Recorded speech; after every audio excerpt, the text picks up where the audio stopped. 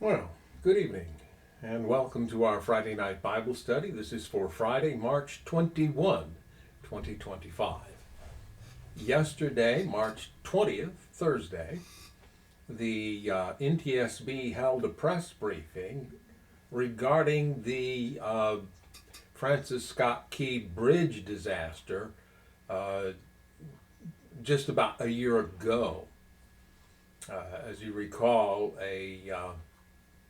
a large container ship lost power as it was exiting the bay there at Baltimore and veered off course, struck a pier of the bridge, and brought it crashing down into the water. And there's been a lot of investigation and so forth going on. The point of yesterday's briefing was for the director of the NTSB, Jennifer Homendy, to discuss essentially recommendations that the NTSB is making as a result of their investigation so far into this incident. Now, some of you may be aware that back in the previous century, a ship struck a bridge in the Tampa area and brought the Sunshine Skyway Bridge crashing down into the ocean.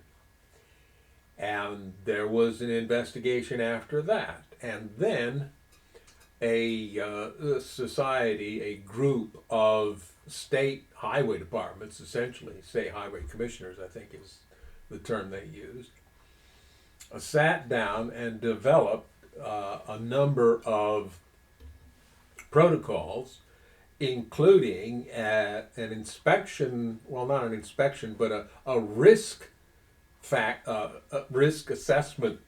I guess a set of questions, things that needed to be developed to determine and get a score of risk of a particular bridge over a navigable waterway. They developed this, and they developed a scoring system, and they set a level of acceptable risk. And if it's above that, then you need to find ways to mitigate those risks to bring the score down. This, however, essentially apparently was voluntary, and the MDTA, the Maryland department that owned the bridge in question, never did that assessment. And so when the incident happened, the NTSB came and asked MDTA for the data necessary to do that assessment, and they didn't have it. So the NTSB had to develop the data itself. And when they completed that assessment, they determined that the bridge as a whole had a score almost 30 times above the acceptable risk level. The MDTA would have known this had they done that assessment, and that the piers, including the pier that brought the bridge down, had a score approximately 15 times the acceptable level. They went on to say that they had identified 72 bridges over navigable waterways that needed to have this assessment done.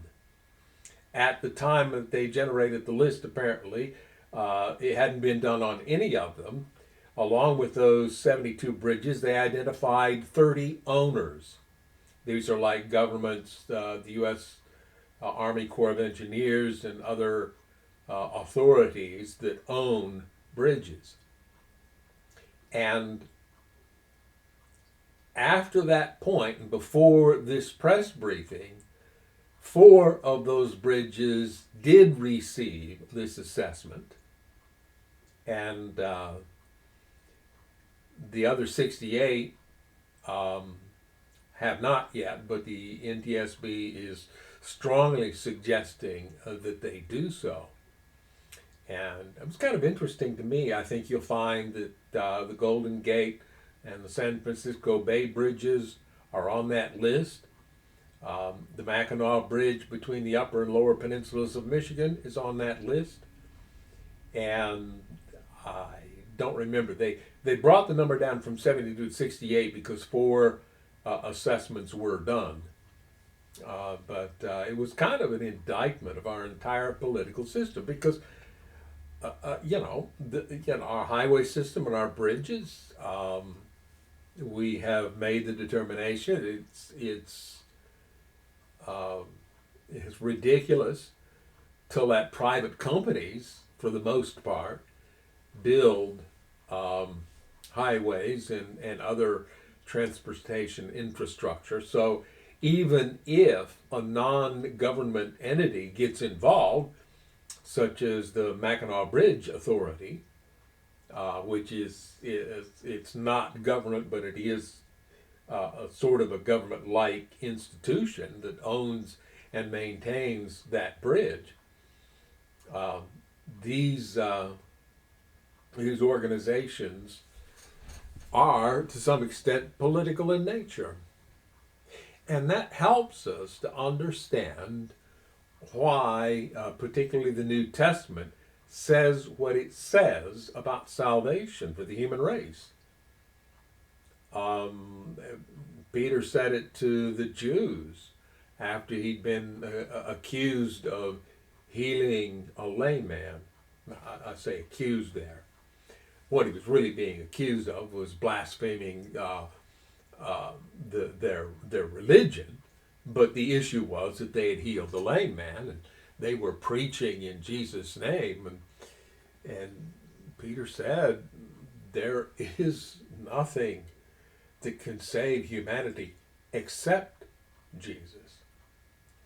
So while people get all hot under the collar about their political beliefs and about which political leaders they think can lead us forward and improve our lives, ultimately they can't fix anything.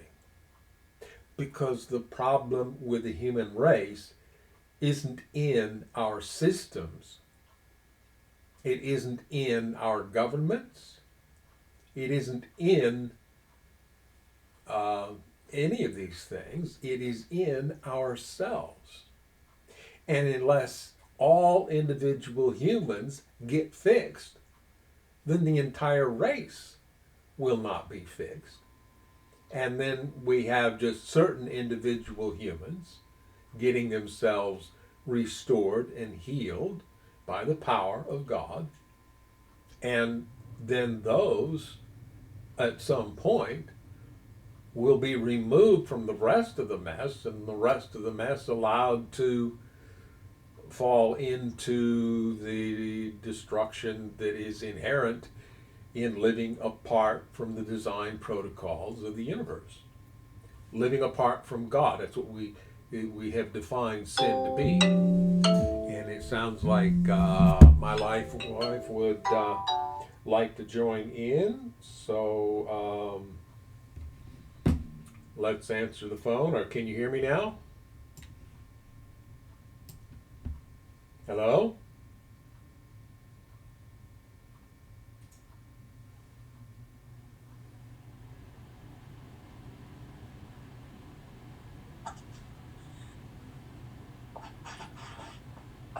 Are you there?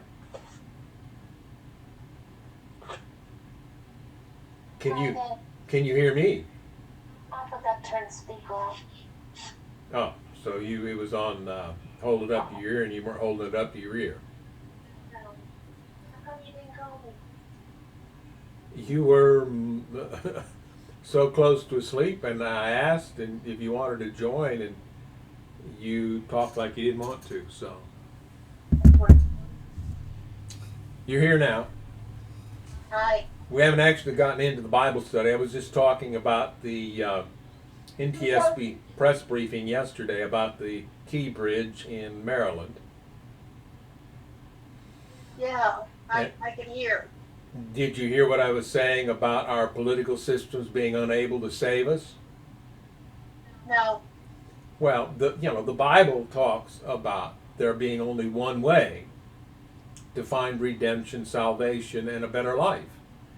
And that is through Jesus. So it's not in our political systems. And the Bible, and those who want to study the Bible and to preach the Bible to others, shouldn't be taking political positions, specifically because in the eternal perspective, it don't matter.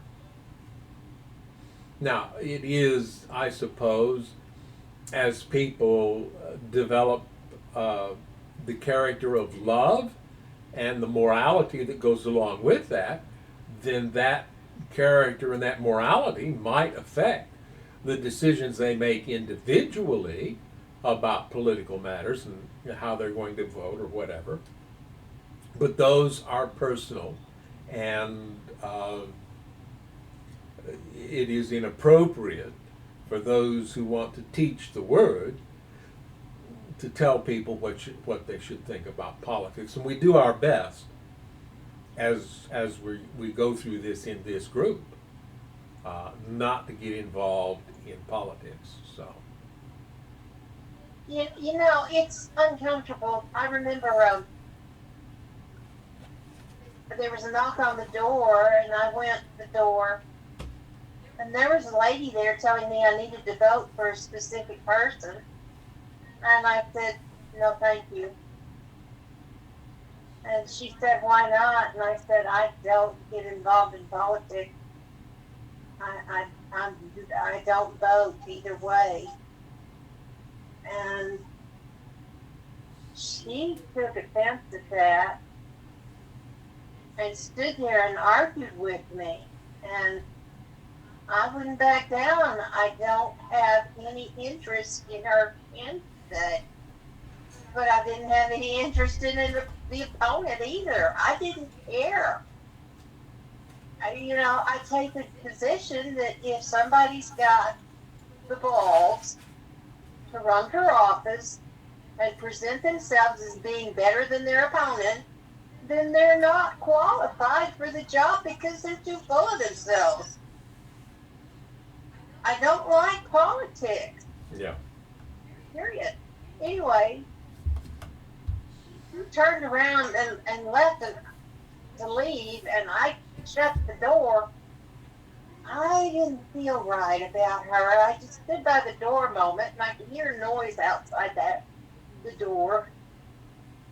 And I waited a few minutes and opened the door, and she had plastered the front porch, the porch. Just like she took her bag of brochures and just littered my yard with these brochures, which is, to me, is this the kind of representation this guy has? Somebody says they're not going to vote for him, and she turns around and retaliates by littering on my yard.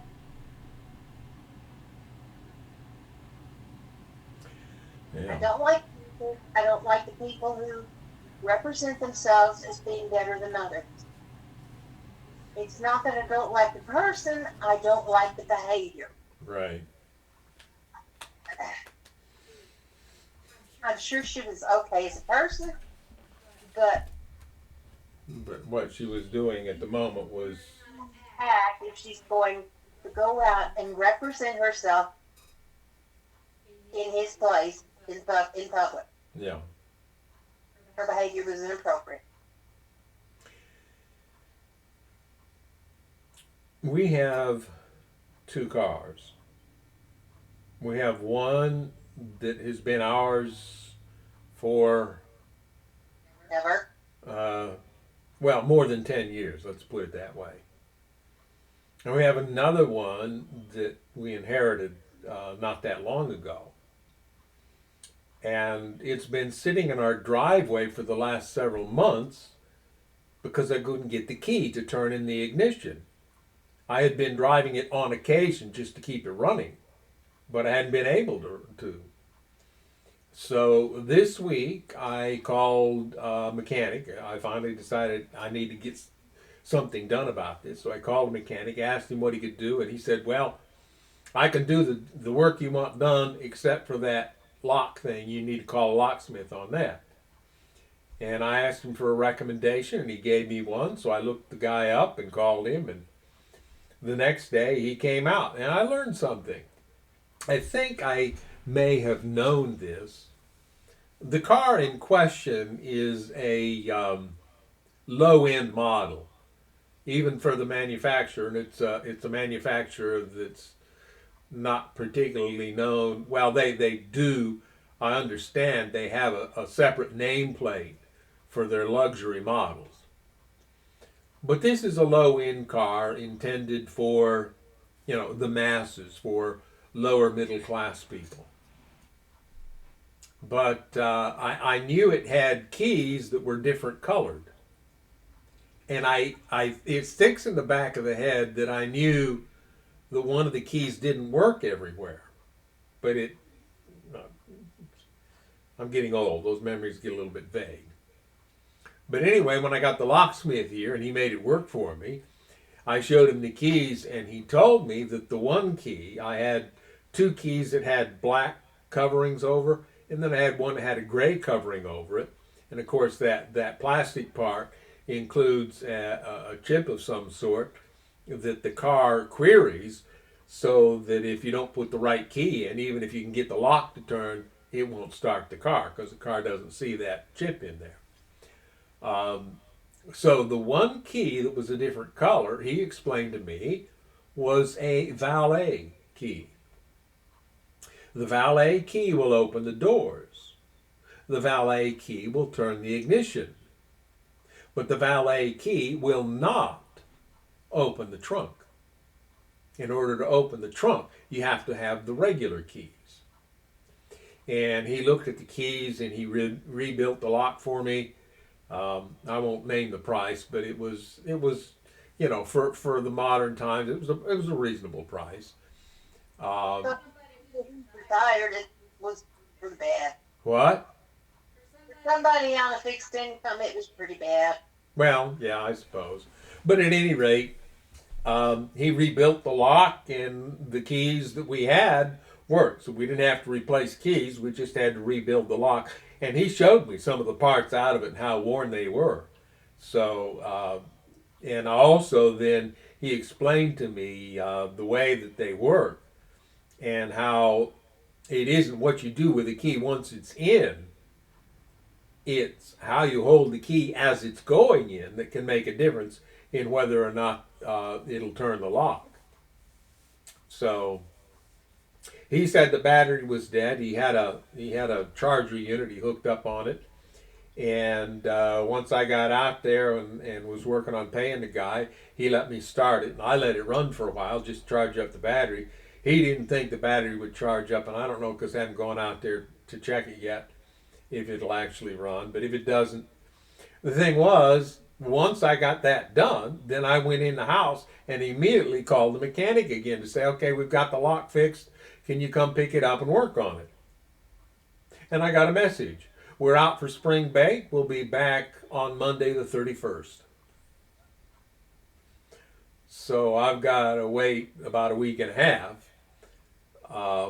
to call him, and then who knows how long I'll have to wait after that before he has a hole in his schedule where he can pick it up and do the work on it. And the thinking is, once he gets the work done on that car and makes it reliable and up to snuff, then I will have him pick up the other car, and I will drive that car for however long it takes him to go over and make sure the other car that we drive most of the time is up to snuff and ready for regular use. So that's how life goes. And I've nattered on long enough. We need to go ahead and get started. And so let's bow our heads. Our Father in heaven, we thank you for all the blessings that you've given us. We look at the world around us and we see events that distress us and shock us, and we sometimes are tempted to get skeptical and even gloomy about the prospects for the human race. But that just makes us long to know you better, because we see more clearly how badly broken the human race is and how much each one of us needs your healing and restoring power in our lives. And we believe that understanding your character better aids in that restoration process. And because we want to be part of it, then as we open the written word and see what was written there, and as we read these things that Jesus said, testified of him, that we'll be able to see him in what we read. And for that purpose, we know we need the Holy Spirit. So we ask for that blessing to be poured on each person who listens. And we ask in Jesus' name. Amen.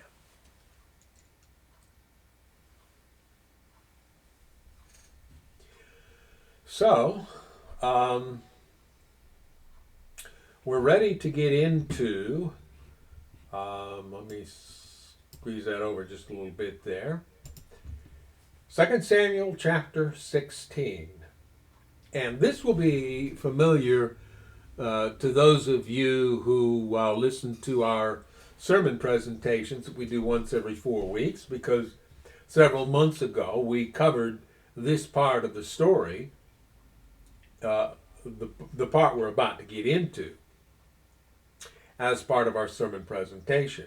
Now, there's going to be other elements of this story that we didn't cover, but we'll read through it. We'll talk about all of them as we go. So the part that we read in the sermon presentation is right here at the beginning of chapter 16, and is titled David and Ziba. Now, we have to cast back in our minds a little bit. Ziba had been a servant of King Saul. And David called him in to find out if there was anyone from the house of Saul that he could show kindness to for sake of Jonathan. And Ziba said, well, yeah, Jonathan had this son. He was only 5 when his father died. And his nurse got scared and ran, and she dropped him while she was running. And now he's crippled in both legs. And of course, we know that's Mephibosheth. So now we're reading the story of David and Absalom. And last week we read about how Absalom got back to Jerusalem and how he began to court and woo the people by standing outside the city and talking to everyone who was coming to the king for justice, suggesting that maybe he could do a better job than his dad was doing. And when he felt he had enough support, he went to Hebron, which had been the original capital where David first began to reign as king of Israel. And he declared himself king. And when David heard the news and his people, they believed that Absalom was coming and he was going to attempt a violent coup. So they fled the city of Jerusalem. And now we're reading, right here at chapter 16, is a continuation of the story of their flight from Jerusalem. So it starts out by saying, when David had gone a little beyond the summit of the Mount of Olives, Ziba, the servant of Mephibosheth, was waiting there for them. Now, the Mount of Olives, if you're familiar with that area, is just west of the old city of David, the old city of Jerusalem. And it's still there, and they still have olive groves on it, as I recall. So we have an idea of about where he was. He was feeling west. He was going to cross the Jordan River and go into the territory of the Transjordan tribes. And we'll read about where he went here soon. At any rate, he gets just a little beyond the summit of the Mount of Olives when Ziba, the servant of Mephibosheth, was waiting there for him. Now, they'll probably tell us that Mephibosheth is another name for Merib Baal. At any rate, we know who it's talking about. So Ziba was there waiting for him. He had 2 donkeys loaded with 200 loaves of bread, 100 clusters of raisin, 100 bunches of summer fruit. and a wineskin full of wine. Now, to help you understand this, wineskins, Jesus talked about them in the New Testament. If you got new wine, you need to put it in new wine skins, because otherwise the new wine would burst the old wine skins, and you'd ruin the skin and lose the wine in both. A wine skin was essentially an animal hide, and it was almost certainly the hide of the entire animal, probably a sheep or goat. So now you've got a wine skin here, and you think of the volume of a sheep or a goat, and you fill that thing with wine. That's how much wine he brought along to present to David, along with all this bread, raisins, and summer fruit. What does the NIV say there? Because I think we read it out of the NIV before. Yeah, the NIV says cakes of figs. They call it summer fruit. Raisins, figs, or raisin summer fruit. At any rate, he brought a lot of food and something to drink with him. What are these for? The king asked Ziba. Ziba replied, the donkeys are for the king's people to ride on, and the bread and summer fruit are for the young men to eat. The wine is for those who become exhausted in the wilderness. Now, recall, these people are going on a relatively long hike. This isn't just, go out and walk across the city or something. They're leaving the territory, crossing the Jordan River, and going to another territory. So there's a lot of exercise taking place. And so the people doing it are going to need a lot of dietary calories for energy to burn to do all that walking. And wine, the fruit of a juice, the juice of a fruit, has a lot of carbohydrates or sugars in it that are quickly turned by the body into blood sugar, which can then fuel your cells so you can keep going. And so this was reasonable that he would bring this wine for those who become exhausted in the wilderness. It was energy for the people to complete the journey they had undertaken. And where is Mephibosheth, Saul's grandson? The king asked him. Well, that should be a pretty obvious question, and I don't know if Ziba thought about it. The story he's about to tell makes me think he did think about it, and we'll, as we read on, we'll consider what his motives were here. But David had appointed Ziba to provide for Mephibosheth and to take care of the land he had assigned to Mephibosheth, the land that had belonged to Saul. And if it was land then that belonged to Saul, it was probably Gibeah, the territory of Benjamin. While it says Mephibosheth ate at the king's table, so Mephibosheth would have lived, we would assume, in Jerusalem. So, but Ziba has come from wherever he is and has brought all these provisions and is presenting them to the king. And the king says, well, you're supposed to be taking care of Mephibosheth. This stuff is supposed to be for him. Where is he? He stayed in Jerusalem, Ziba replied. He said, today I will get back the kingdom of my grandfather Saul. Now, if this is the story that Ziba wants to tell, from my perspective, it's not a very good story. What's going on right now is a rebellion by David's third son, Absalom. Absalom would like to become king in place of his father. Do you think that in that situation that somehow he's going to let Mephibosheth take over? It suggests to me that Ziba was, telling David whatever he thought would gain him favor with David, and he didn't really apply careful and meticulous rational thought into how believable his story would be. But apparently he manages to get it through, and that may be because, David himself was in a state. His son's coming to get him. He's having to flee. He's not probably entirely rationally thinking. So he says here in verse 4, in that case, the king told Ziba, I give you everything Mephibosheth owns. I bow before you, Ziba replied. May I always be pleasing to you, my lord the king. Now, this may be exactly the thing that Ziba was hoping to get. It may have bothered him that he and all his sons and all his servants would forever be tasked with caring for Mephibosheth and Mephibosheth's descendants.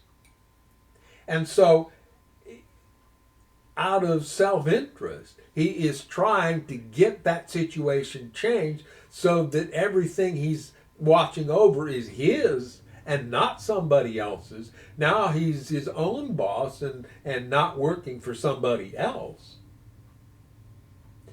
That's what I think Ziba is about here.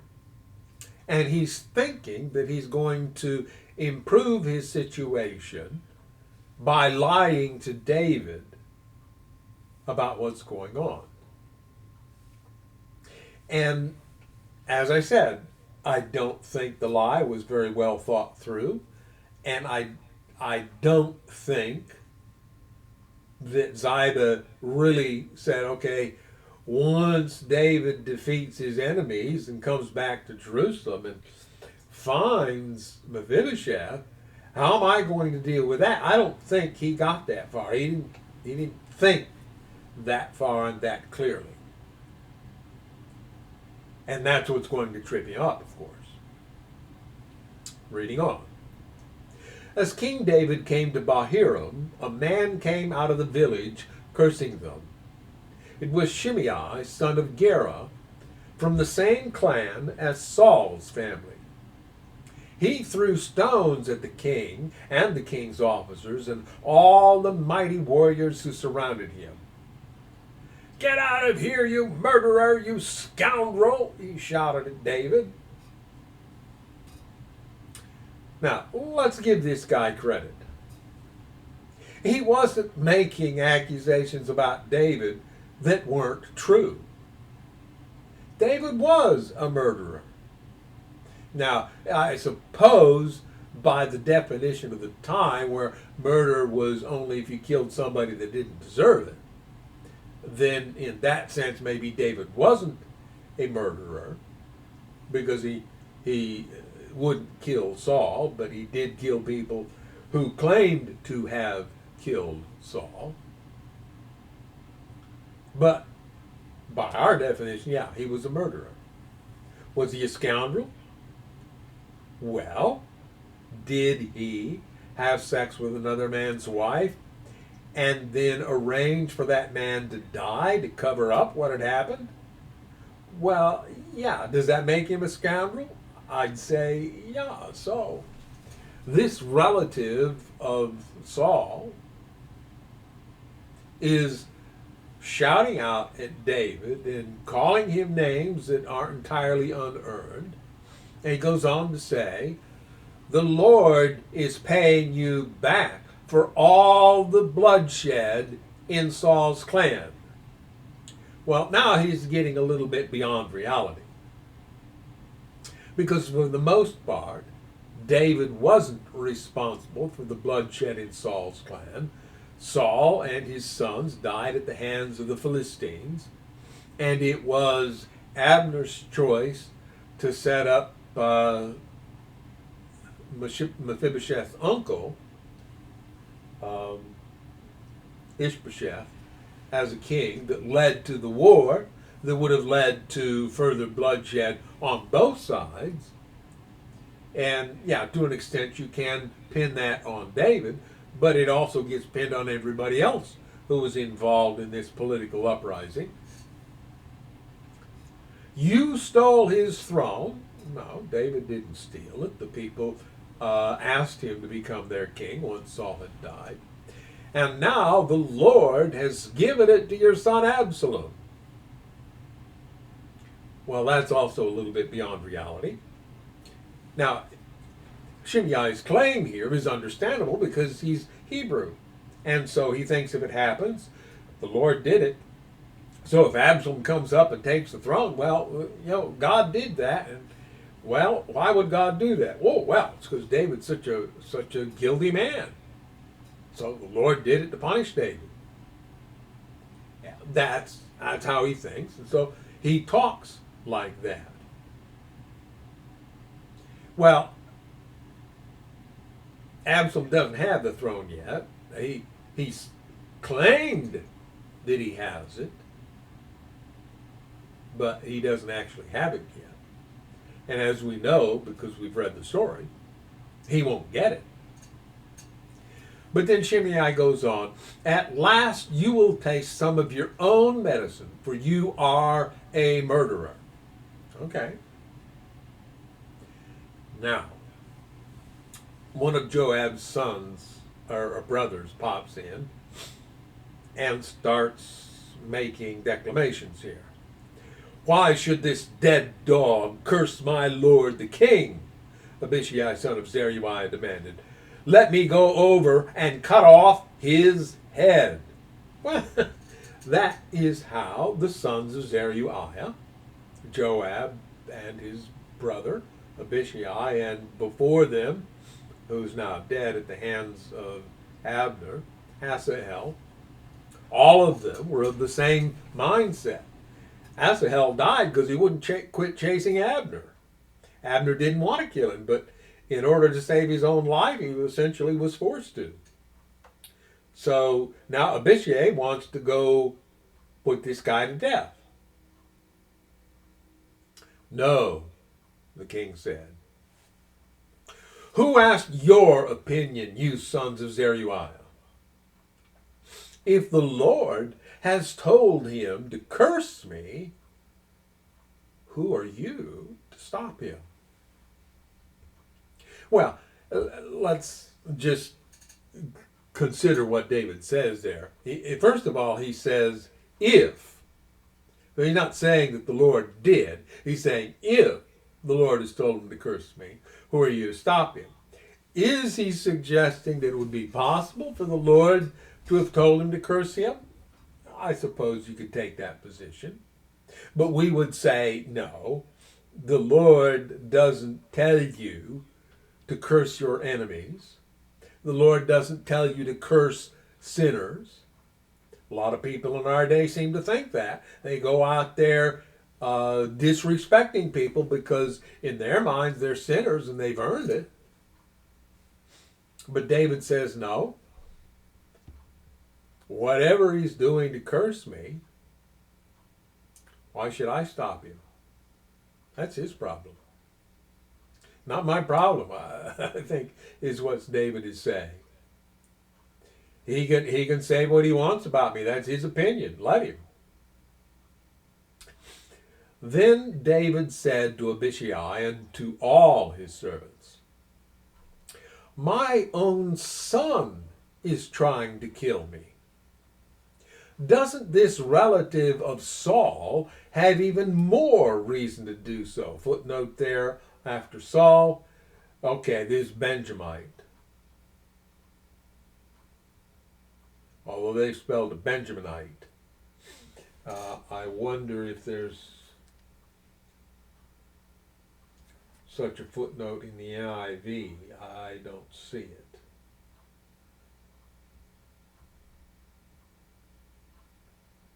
Yeah, Benjamite. They just render it in the main text. Benjamite. So, this man is cursing David. And I think David has a sense that there's truth in what this man is saying. And he's like, if all he's doing is cursing, well, that's just words pouring out of his mouth. That's his responsibility. He's the one that's chosen to say them. Why should I stop him? So he says, leave him alone and let him curse. For the Lord has told him to do it. Well, now he says so, but again, that's Hebrew mindset. I would suggest to you that if anybody told Shimei to go out and curse David, it was either Shimei's hatred or the enemy of humanity who prompted him to do so. Either way. And perhaps the Lord will see that I am being wronged and will bless me because of these curses today. Footnote C on the wrong. That's as in the Greek and Syriac versions. The Hebrew reads, see my iniquity. Well, I mean, what he was talking about was David's iniquity. And so, yeah, let me look that up again in some other versions here. The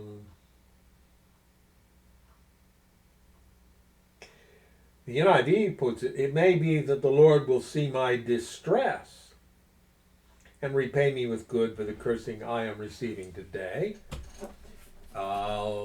Just for the fun of it, let's see what the King James says, because that reading may be based in part on what the King James says.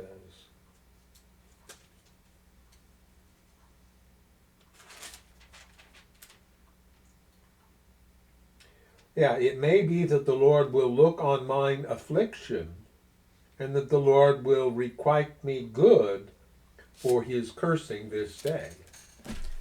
So, I'm not sure where they got that idea, because those other two versions do seem to take the position that the word should be translated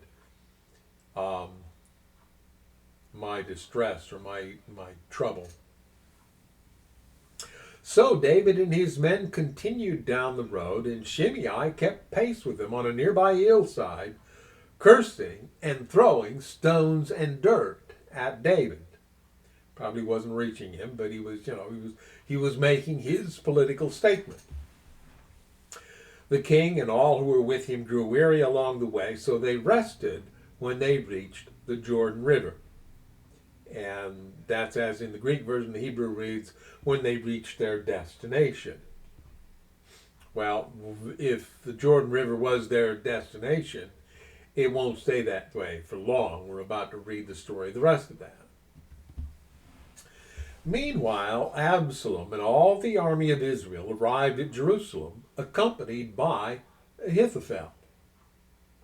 And we talked about Ahithophel last week. Ahithophel is Bathsheba's grandfather, the father of Eliam, and therefore the grandfather-in-law of Uriah the Hittite. And so we see that he has motive to join Absalom because he's not happy with David. He believes that David has misused and abused his granddaughter, and so here's his chance to even the score. When David's friend Hushai the Archite arrived, he went immediately to see Absalom. "Long live the king," he exclaimed. "Long live the king." "Is this the way you treat your friend David?" Absalom asked him. "Why aren't you with him?" And Hushai lies, possibly rather expertly. "I'm here because I belong to the man who is chosen by the Lord and by all the men of Israel," Hushai replied. Not entirely a lie, because the people believed that the Lord had chosen David, and it is clear that the men of Israel had in fact chosen David. And Hushai belongs to him, so he's going to say it that way, and he's going to pump up Absalom's ego in the process. And anyway, why shouldn't I serve you? Just as I was your father's advisor, now I will be your advisor. Then Absalom turned to Ahithophel and asked him, "What should I do next?" Ahithophel told him, "Go and sleep with your father's concubines, for he has left them here to look after the palace. Then all Israel will know that you have insulted your father beyond hope of reconciliation, and they will throw their support to you." So they set up a tent on the palace roof where everyone could see it, and Absalom went in and had sex with his father's concubines. Well, there's a picture for you. And this is Ahithophel's advice. And you can imagine several reasons why Ahithophel might do it. And you can also imagine a number of reasons why Absalom would go along with it. First of all, he used to have fun with the ladies. Second of all, and we've talked about this a bit in the past, anyone who has the king's wife has the right to be king. So he is, by taking these concubines into the tent in front of everybody, so everybody knows what he's doing, he is declaring that he has the right now to be king because he has essentially violated his father's bed. Absalom followed Ahithophel's advice just as David had done, for every word Ahithophel spoke seemed as wise as though it had come directly from the mouth of God. Well, now, would God have given this advice about David's concubines? We don't believe so. No. But Ahithophel had a reputation of wisdom such that the people talked about him as if, well, if he speaks it, it's like talking to God himself. He's so wise. So, yeah, now Absalom has done this thing, and I think the poor women felt. well, exactly. It tells you about the status of women at the time. They had no say in the matter. They were servants. Absalom's a new king. He says, "Come with me." They don't have a choice. They come with him.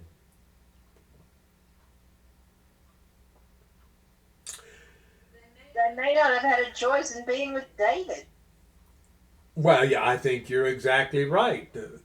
I mean, these are concubines. They're not wives, so their sons are not heirs in the sense that the sons of the wives are. But they are still consorts to the king. And they were probably brought into the palace to cement alliances. That's how people did in that culture. And to a certain extent, even today, we see alliances being cemented through marriages. So, in fact, that's one of the problems with European royalty is that because of this practice that all of European royalty became somewhat inbred and subject to genetic weaknesses. So, plus, now one might imagine, we'll see that it's not the case, one might imagine that should David learn what Absalom has done, and we can be almost certain if it's recorded here that David did find out about it at some point, that would make Absalom such a stench in David's nostrils that he would be totally pushed out for it. But at any rate, this is what happened. And this we might see to some extent, not only is Ahithophel trying to make sure that Absalom succeeded, but also in his own way getting back at David for what David had done to/with his granddaughter. Next chapter. Now, Ahithophel had urged Absalom, "Let me choose 12,000 men to start out after David tonight. I will catch up with him while he is weary and discouraged. He and his troops will panic and everyone will run away. Then I will kill only the king," because he's no longer protected, "and I will bring all the people back to you as a bride returns to her husband. Let's do this as bloodlessly as possible. If you get there tonight, while everybody's still in a panic, when everybody's still worn out from all the running they've done so far, they'll disappear, and all I have to kill is David himself, and you'll be king. And all the people will come back to you. After all, it is only one man's life that you seek." Footnote A. Let's see what it says there. That's as in the Greek version. The Hebrew reads, "Like the return of all is the man whom you seek." All right. Slightly different meaning there. "Then you will be at peace with all the people." This plan seemed good to Absalom and to all the elders of Israel. I mean, this was Ahithophel. Asking of Ahithophel was like asking of God. So he says, do this. Yeah, that's probably a good idea. But then Absalom said, "Bring in Hushai the Archite.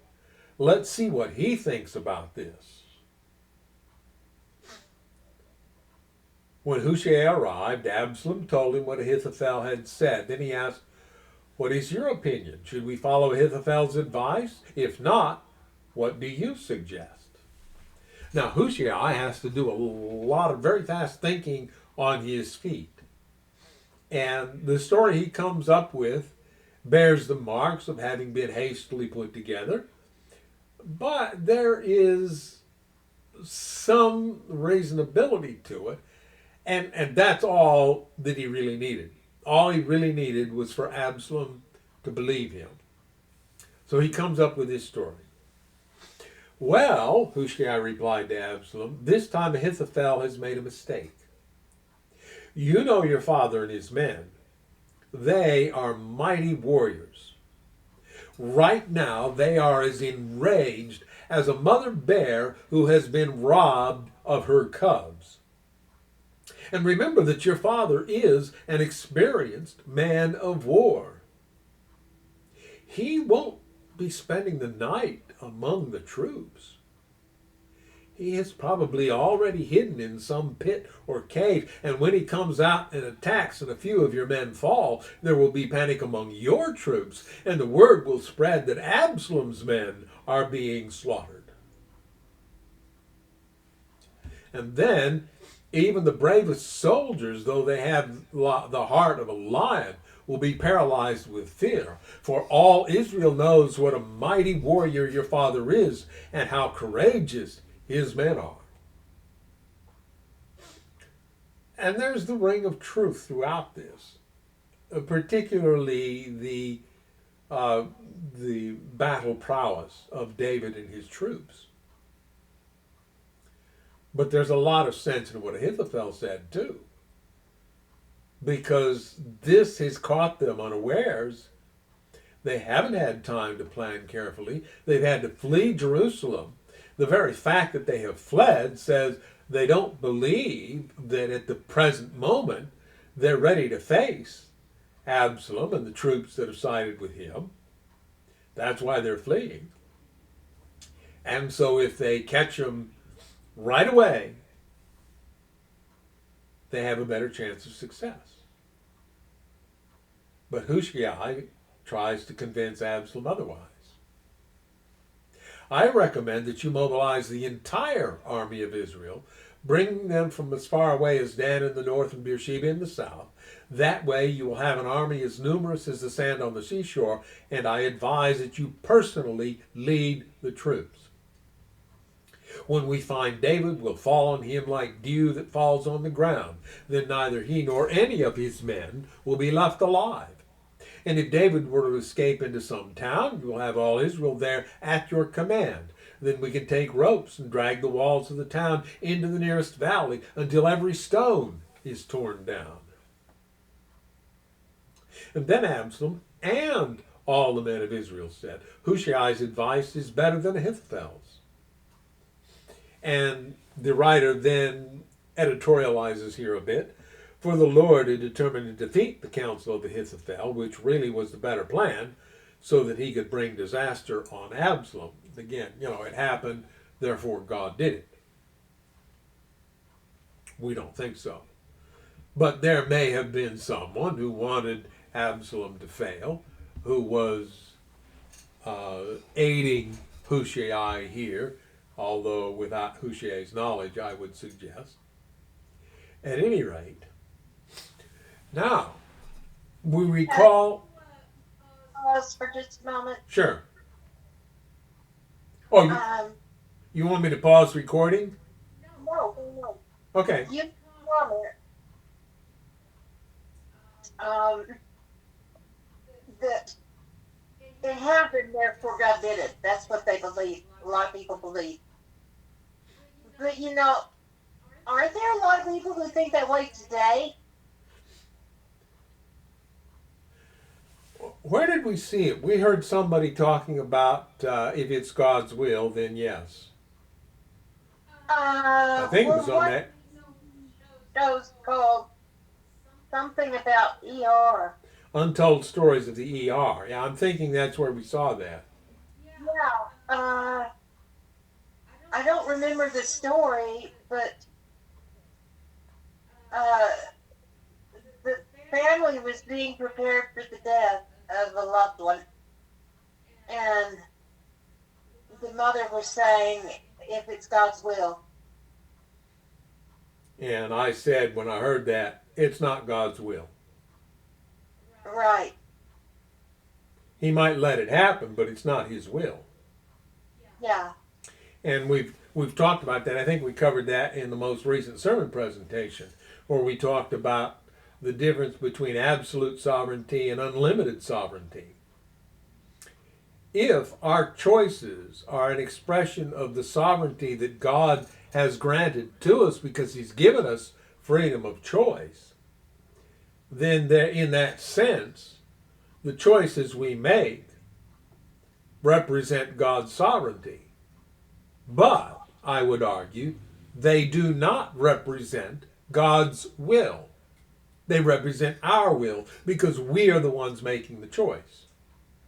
A cause and effect sort of thing. Yeah.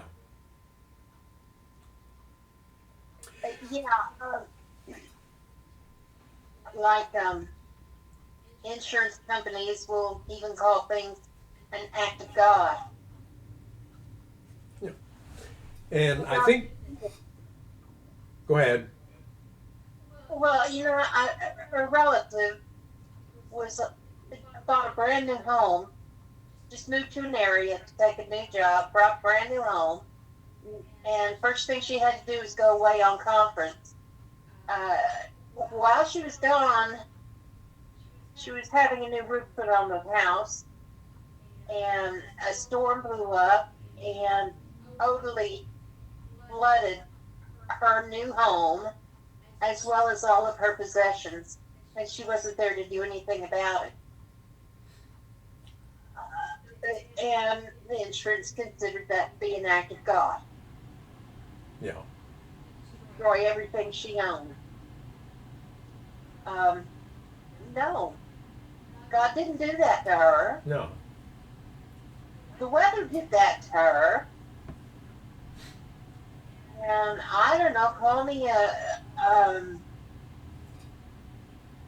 what is that word?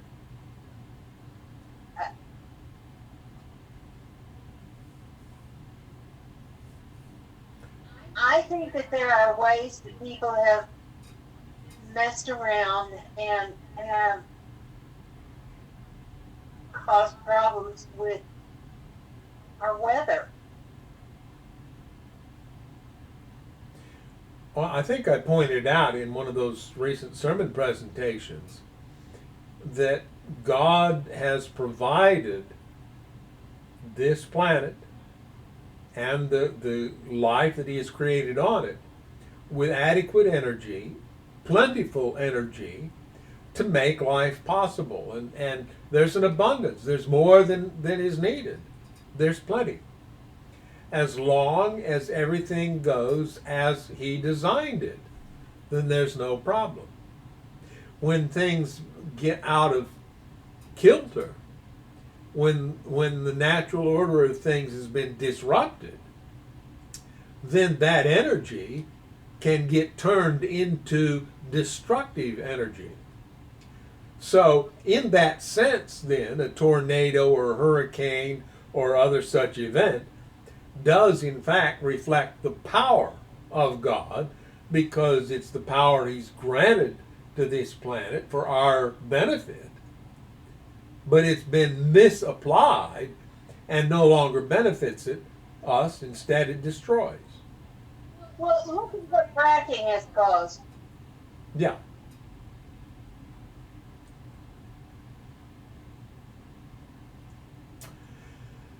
Now, Fracking is just completely, as far as I'm concerned, completely caused by humans.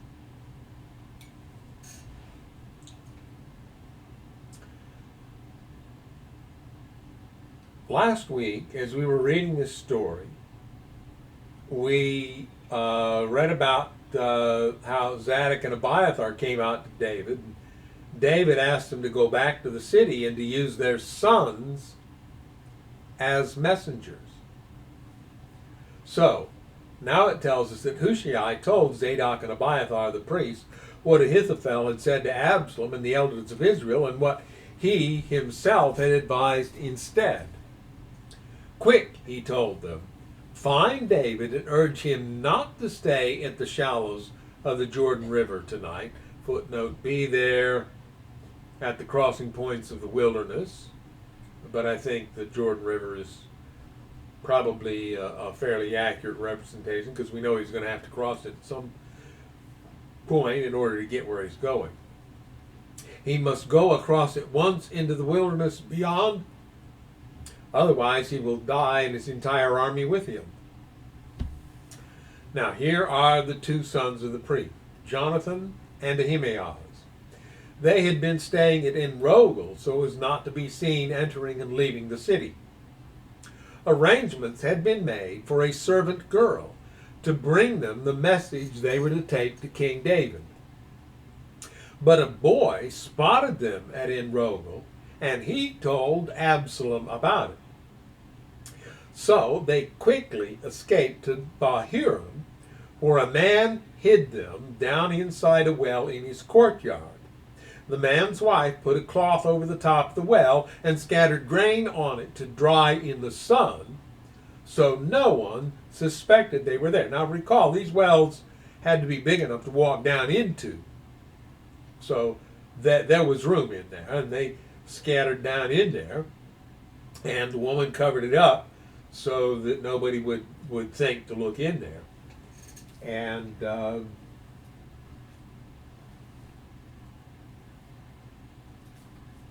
me see if I can find this in the NIV real quick.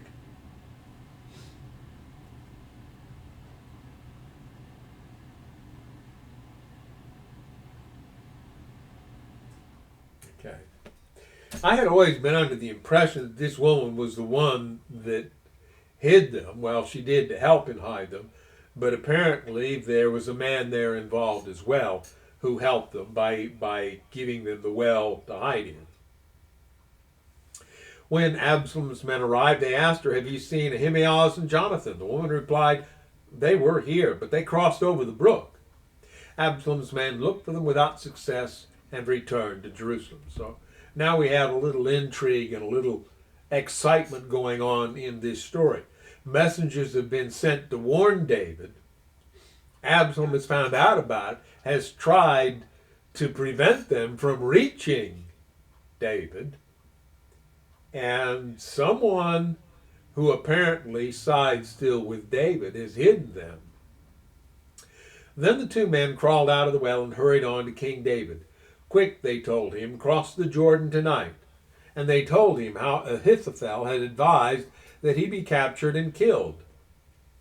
So David and all the people with him went across the Jordan River during the night, and they were all on the other bank before dawn.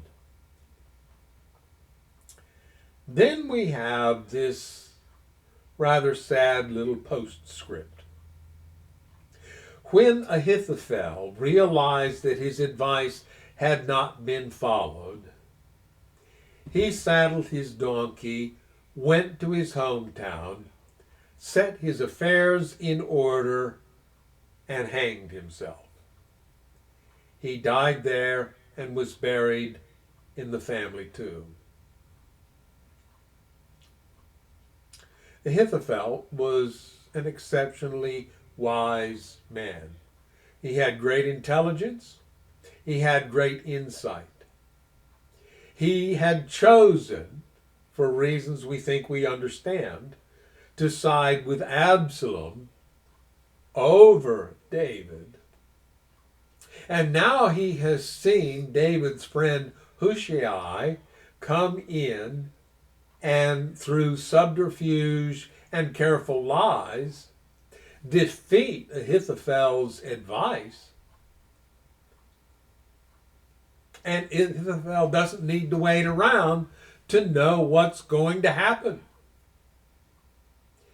If Absalom didn't press his advantage while he still had it, he would lose it. And the outcome at that point was a foregone conclusion. And Ahithophel did not want to have to face David after David knew that he had sided with Absalom. Now, he's Bathsheba's grandfather. We don't know how old he was, but he's probably up in years a little bit. So he's thinking to himself, I don't have that long anyway. I don't want to deal with the results of my infidelity, my unfaithfulness here. So he goes, gets everything clear, and commits suicide. David soon arrived at Mahanaim. By now, Absalom had mobilized the entire army of Israel and was leading his troops across the Jordan River. Absalom had appointed Amasa as commander of his army, replacing Joab, who had been commander under David. Amasa was Joab's cousin. His father was Jethro, an Ishmaelite. His mother, Abigail, daughter of Nahash, was the sister of Joab's mother, Zeruiah.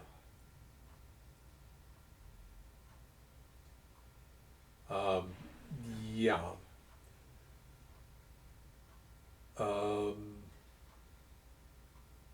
And that, Joab's mother was supposedly David's sister. And yet her sister, Abigail, is called the daughter of Nahash. Is it possible that Abigail and Zeruiah were half-sisters? I'm not clear on that. I've looked into that before and I don't remember what I concluded, so I apologize. Let's look at those footnotes. Jethro, an Ishmaelite. Ithra, the variant spelling of Jether, is what the Hebrew says, and then the bit about him being an Ishmaelite, that's as in some Greek manuscripts, and see also 1 Chronicles 2:17, the Hebrew reads an Israelite.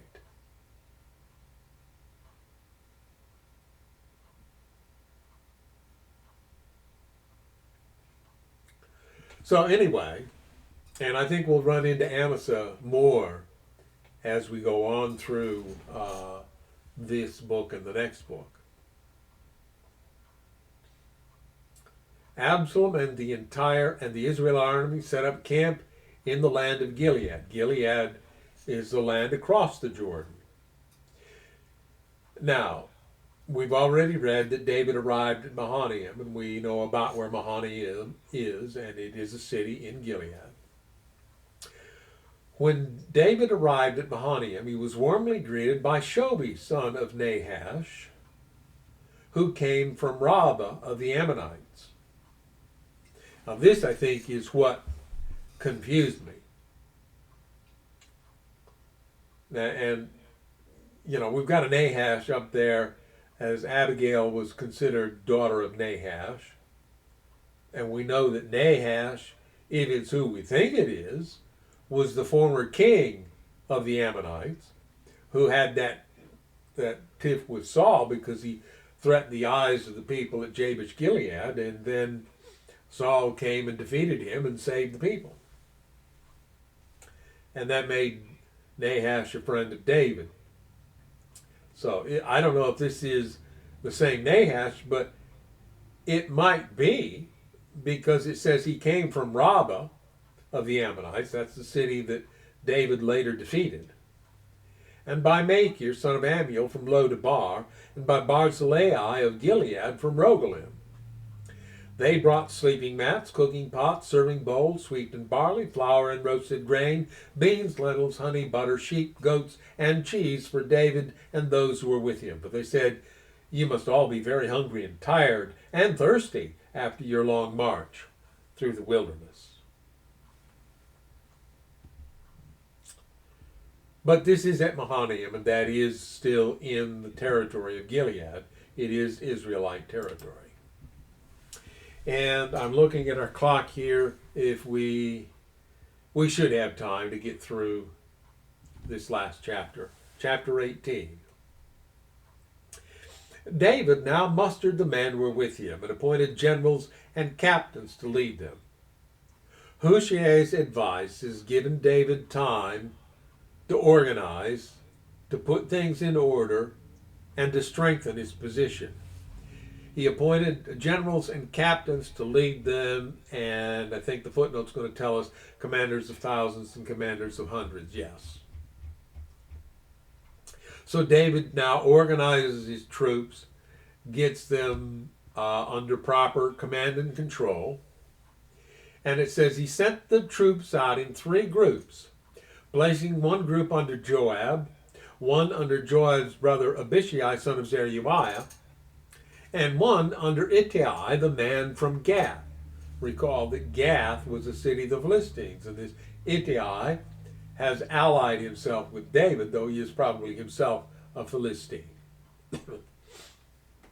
The king told his troops, "I am going out with you," but his men objected strongly. "You must not go," they urged. "If we have to turn and run, and even if half of us die, it will make no difference to Absalom's troops. They will be looking only for you. You are worth 10,000 of us, and it is better that you stay here in the town and send help if we need it." And there's a footnote B there after that 10,000 of us comment. It's as in 2 Hebrew manuscripts and some Greek and Latin manuscripts. Most Hebrew manuscripts, now there are 10,000 like us.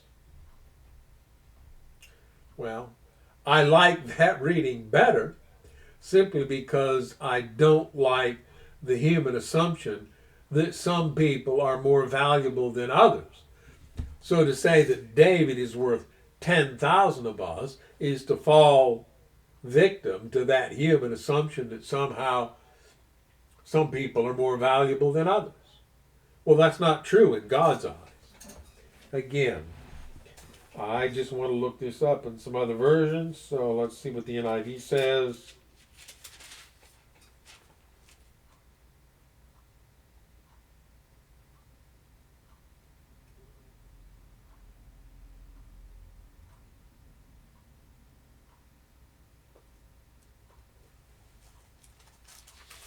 Oh, it's right on the line break. Even if half of us die, they won't care, but you are worth more, or you are worth 10,000 of us. Okay. I wonder what the King James Version says. Looks like I'll have to turn a page here to get to that. But the people answered, Thou shalt not go forth, for if we flee away, they will not care for us, neither if half of us die, will they care for us. But now thou art worth 10,000 of us. Therefore now it is better that thou succor us out of the city, or succor, aid, help us out of the city. Now, in human affairs, it is sometimes true that a person who becomes a figurehead and a symbol is more important in the course of human affairs than other people, because they're deemed by the general populace to be, just more of the rabble. But the figurehead, we need them. They lead us. They bring us together. They're our symbol of coherency. We need them. Well, that's our need, not a real need, but that's how humans are. Sometimes symbols are more important. If you think that's the best plan, I'll do it, the king answered. So he stood alongside the gate of the town as all the troops marched out in groups of hundreds and of thousands. And the king gave this command to Joab, Abishai, and Ittai. For my sake, deal gently with young Absalom. And all the troops heard the king give this order to his commanders. Now, recall that Ahithophel had advised, if you do it right, we can kill just David, and then you'll still have the whole army. You won't have decimated the army in some great battle. You'll have the whole army and the whole nation at your beck and call. All you have to do is kill David. Now, we look at the other side of the coin. David could have given a similar command. He could say, listen, all you really need to do is get Absalom. You kill Absalom, the head and the symbol of this rebellion is gone. The rest of the troops fall in disarray. We don't have to kill a lot of people. But no, David has bonded with Absalom, and he wants him kept safe. And all the troops hear the order that David gives. Despite Absalom's I'm having a hard time with words today. Of course, that's not just today. That's probably partly related to my age. Absalom's treachery, I think, is the word I'm wanting. Despite Absalom's treachery, despite the fact that David can no longer trust him, David still loves him and wants him to be kept safe. So the battle began in the forest of Ephraim, and the Israelite troops were beaten back by David's men. There was a great slaughter that day, and 20,000 men laid down their lives, probably on both sides. The battle raged all across the countryside, and more men died because of the forest than were killed by the sword. During the battle, Absalom happened to come upon some of David's men. He tried to escape on his mule, but as he rode beneath the thick branches of a great tree, his hair got caught in the tree. Now, there's a footnote there, because not all Bible interpreters believe the same thing about what happened there. Let's see what that footnote C tells us. Yeah, the Hebrew says his head. I can believe that hair would get caught. Well, yeah. Particularly given that, he cut off 5 pounds of hair every year? Wasn't that what it said earlier? I don't remember, but I know he did cut some off because it was getting so heavy. Right. Well, you didn't. Long hair tends to reach out and grab things. Yeah, like the light poles over your head there. Like blue crap. Yeah, the King James Version says this. And Absalom met the servants of David, and Absalom rode upon a mule, and the mule went under the thick boughs of a great oak, and his head caught hold of the oak, and he was taken up between the heaven and the earth, and the mule that was under him went away. So essentially, there was kind of a hanging here if he's caught by his head. Even if he's caught by his hair, it is sort of a natural hanging.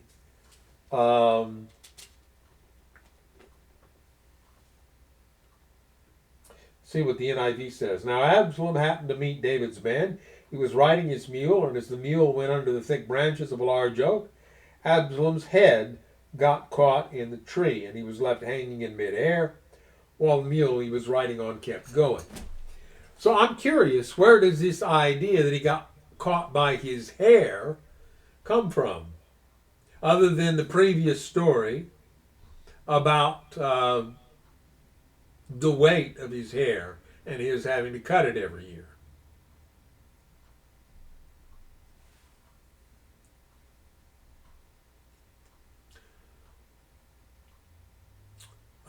Well, let's see. So let me go down and see what it says here in footnote C again.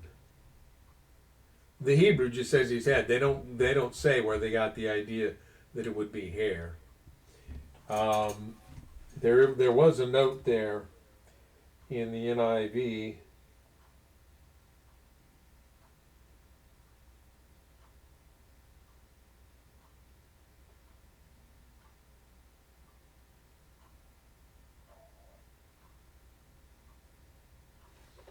They don't give any reference for it either. So, but I remember hearing that story since I was a kid, that it was his hair that got him.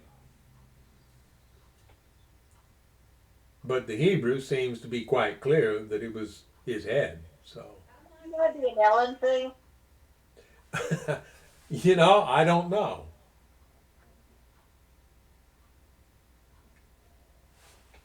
Okay, it looks like I scrolled up too far. You changed the Bible to suit herself. Yeah. Well, in this version, we stopped where it said that his hair got caught in the tree because we looked up that footnote. His mule kept going and left him dangling in the air. One of David's men saw what had happened and told Joab, "I saw Absalom dangling from a great tree." "What?" Joab demanded. "You saw him there and didn't kill him? I would have rewarded you with 10 pieces of silver and a hero's belt." "I would not kill the king's son for even 1,000 pieces of silver," the man replied to Joab. And those were the footnotes we're seeing down there about the weights. "We all heard the king say to you and Abishai and Ittai, 'For my sake, please spare young Absalom.' And if I had betrayed the king by killing his son, and the king would certainly find out who did it, you yourself would be the first to abandon me." So this guy's putting up a pretty good defense. His commander, the commander of the army, has just chewed him out. "You saw Absalom dangling from a tree and you didn't kill him right then and there? What's wrong with you?" And so he comes up with this defense, and in part of his defense includes a kind of implicit criticism of Joab himself. "Let's suppose I did kill him, and then the king finds out and he's calling people to account for this. Would you really stand by my side? I think you would throw me under the bus." That's to use the modern terminology. "You would be the first to abandon me." "Now for this nonsense," Joab said. Then he took 3 daggers and plunged them into Absalom's heart as he dangled still alive in the great tree. 10 of Joab's young armor bearers then surrounded Absalom and killed him. So the 3 daggers, darts, I think it says in the King James, didn't do it. So the young men who attended Joab had to finish the job. Then Joab blew the ram's horn, and his men returned from chasing the army of Israel. They threw Absalom's body into a deep pit in the forest and piled a great heap of stones over it, and all Israel fled to their homes. During his lifetime, Absalom had built a monument to himself in the king's valley, for he said, I have no son to carry on my name. He named the monument after himself, and it is known as Absalom's monument to this day. That's an interesting little coda to stick in here at this point.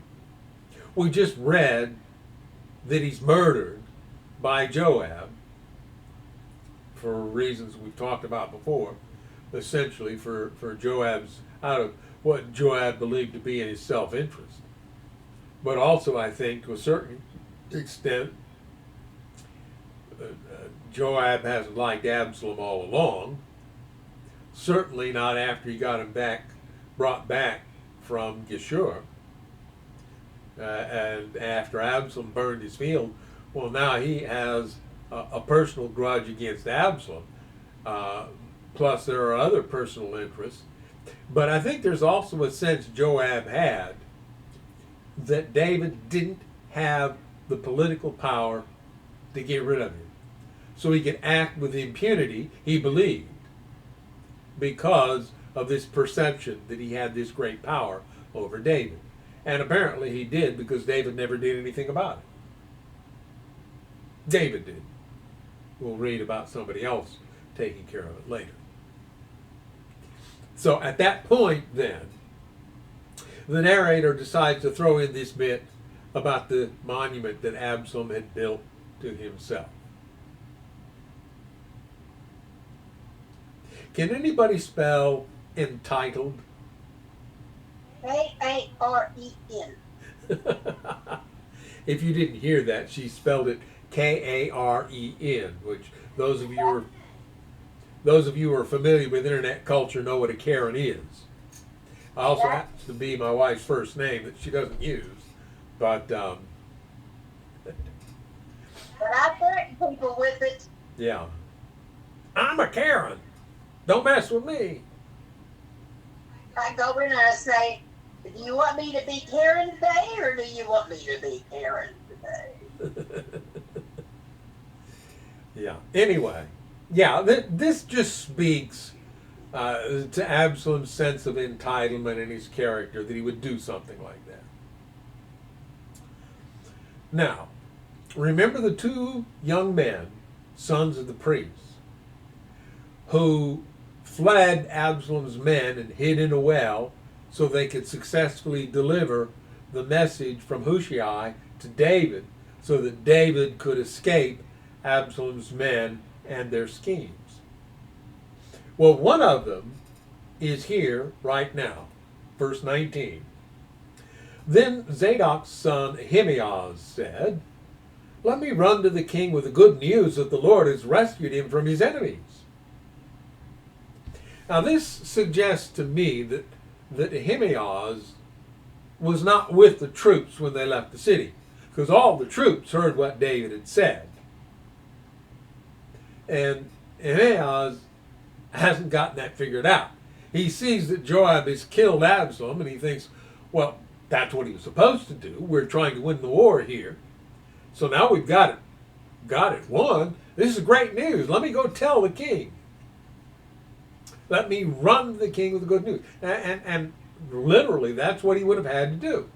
He would have had to put foot to the ground and start moving quickly in order to get to the king. And we've discussed in the past, that's what we as humans were designed to do. We are built and designed for long distance running. The very shape of our bodies and our heads and the very makeup of our being expresses that is our purpose. That's our natural purpose. So it wouldn't be surprising that people in those days could in fact run long distances to carry messages, and that's how messages were sent. That's people acting in accordance with the design protocols under which they were created. It's a good thing. There's a cult out there. The lady in charge of it calls her people runners. You know who I'm talking about. I think I do. Yeah, she used to pay for time on the radio station where I worked, and Yeah, that's she how I know.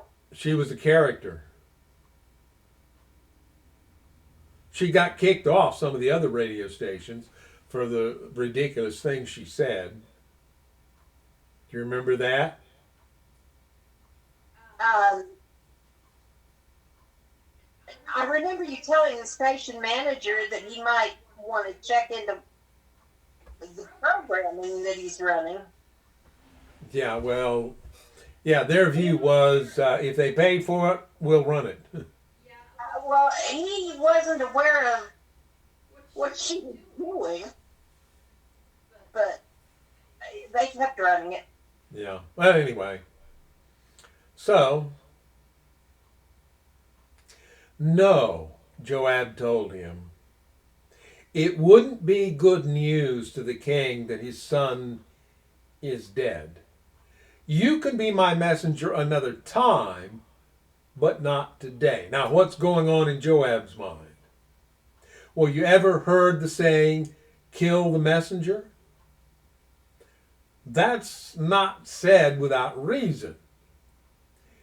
Back in those times when human life was cheap, if a messenger brought bad news, the recipient of that bad news might in fact order that the messenger be killed for bringing that bad news. And Joab has that in mind, and he's thinking, here's the son of a high priest, potentially a future priest of the nation. And he's wanting to go tell David what just happened. And I know full good and well David doesn't want to hear it. And I know David has ordered the death of people who thought they were telling David good news in the past. I don't want this young man telling David what happened here. And while it's not written down here for us, he may have even told Ahimaaz that, and I'll get to why I say that here in a few moments. Hey, you don't want to take this news to the king. So it says, and then Joab said to a man from Ethiopia, racism is nothing new, go tell the king what you have seen. The man bowed and ran off. So Joab is thinking, if somebody's got to die, let's make it this foreigner. He's hired as a runner. He can do the job. And then if somebody dies, it'll be him and not this son of the priest. So the man starts out. But Ahimaaz continued to plead with Joab. Whatever happens, please let me go too. By the way, there's a footnote there after Ethiopia, and it's going to tell us that Hebrew from Cush, or Cushite in some versions,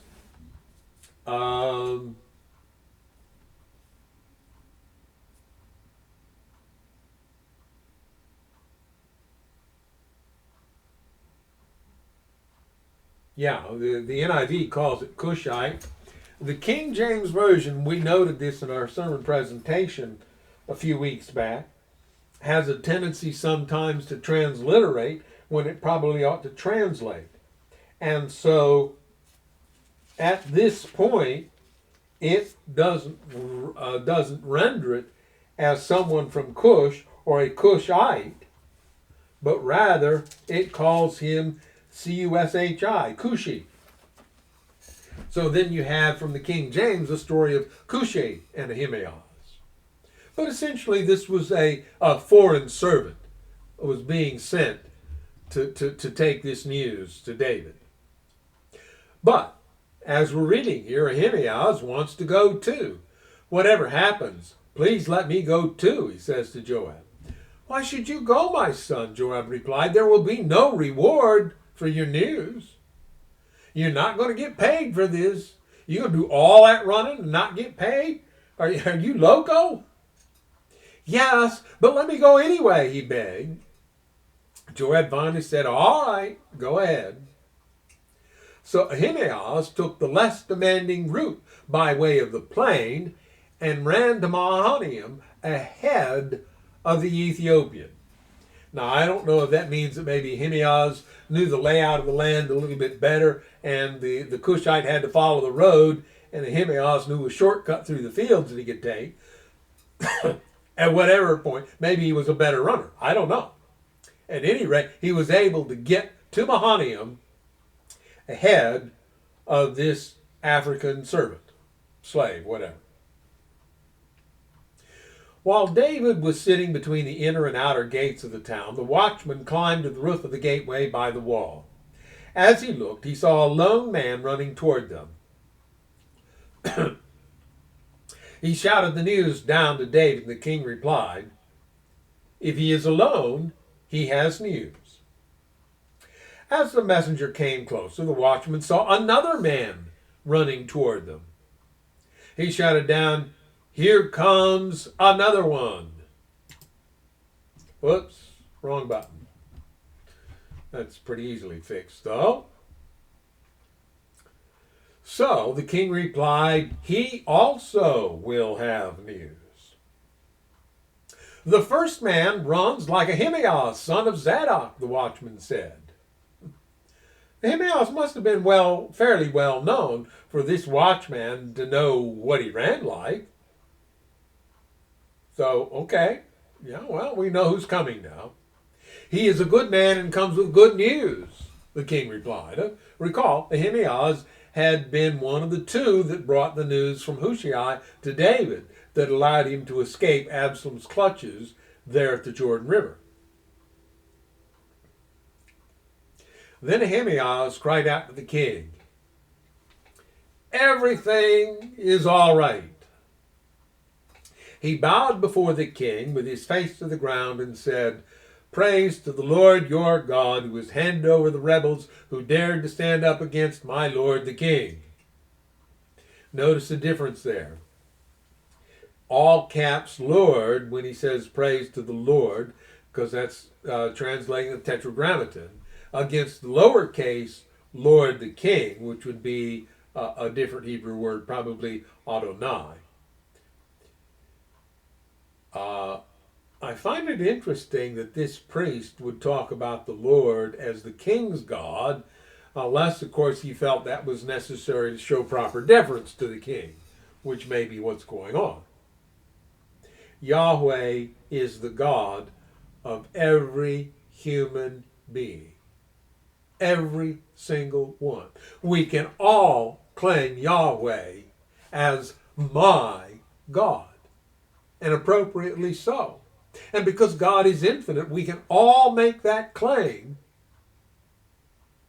and we can all have all of God as our very own. But anyway, just a comment over the language there. What about young Absalom, the king demanded? Is he all right? And here's why I think maybe Joab had warned Ahimaaz about the potential results of giving David bad news. So Ahimaaz replied, when Joab told me to come, there was a lot of commotion, but I didn't know what was happening. Well, he'd probably been there and seen it. Certainly he knew that Absalom was dead, but Joab had told him the king doesn't want to hear this. So he's like, there was a lot of stuff going on, but I didn't worry myself with. I didn't see it. I don't know what was going on. But there was something going on.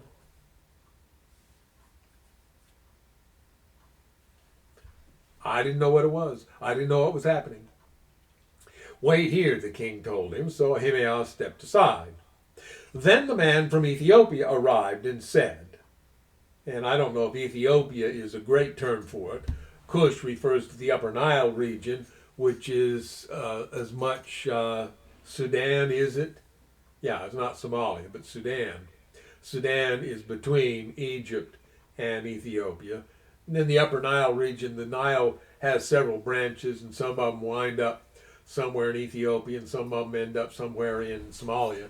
So that all that Upper Nile region would be the territory that in that day would have been called Cush, or what we today might call Ethiopia. Then the man from Ethiopia arrived and said, I have good news for my lord the king. Today the Lord has rescued you from all those who rebelled against you. Well, David already knows it. Anyhow, has told him that. What about young Absalom, the king demanded. Is he all right? Well, this foreign servant apparently had some training in diplomacy. Listen to how he words it. And the Ethiopian replied,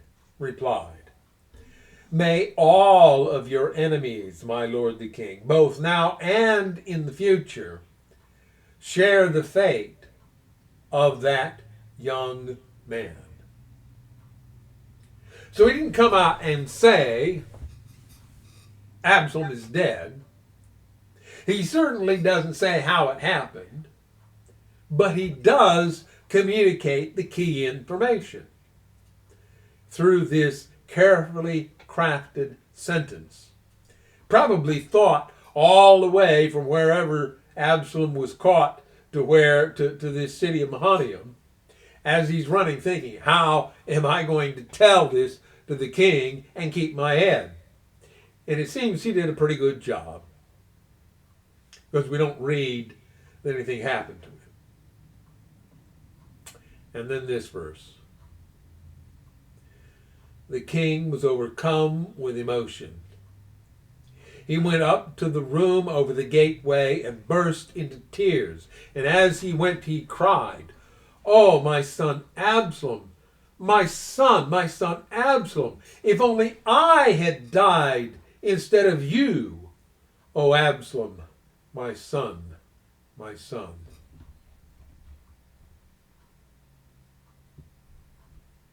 Oh, I'm just going to tell us something about numbering. In the Hebrew text, this is numbered with the next text. But I don't know who put numbers in the Hebrew text, because the Hebrew text doesn't come with chapters and verses. That's apparently was done later after the Latin version was divided, because I think you'll find that the dividing of the Bible into chapters and verses was done originally with the Latin. In fact, let's just do a query here. Joe did it. Huh? Joe did it. Oh.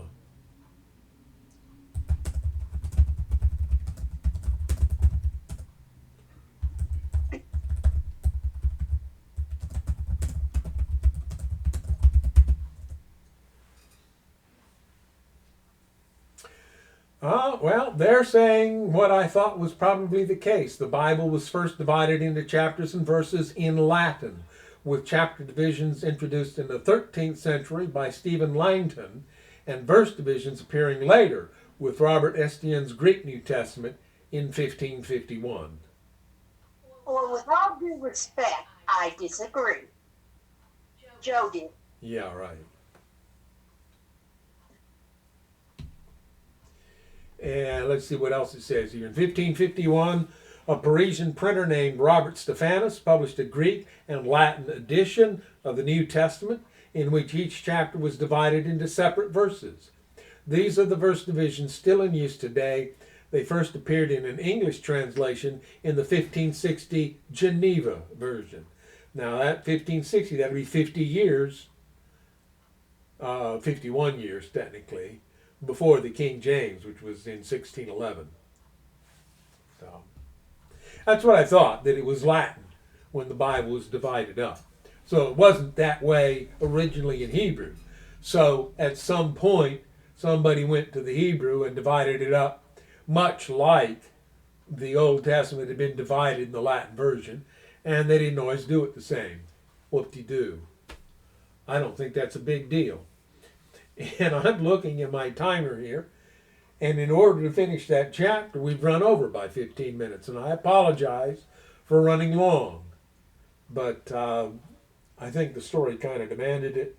We have reached the end of chapter 18, and we'll continue next week, which will be the last weekend in March, this being the 21st That'll be March the 28th. Anything to say before we say goodbye? No. All right. We invite you to join us again next week. And until then, we say goodbye and God bless. Everyone.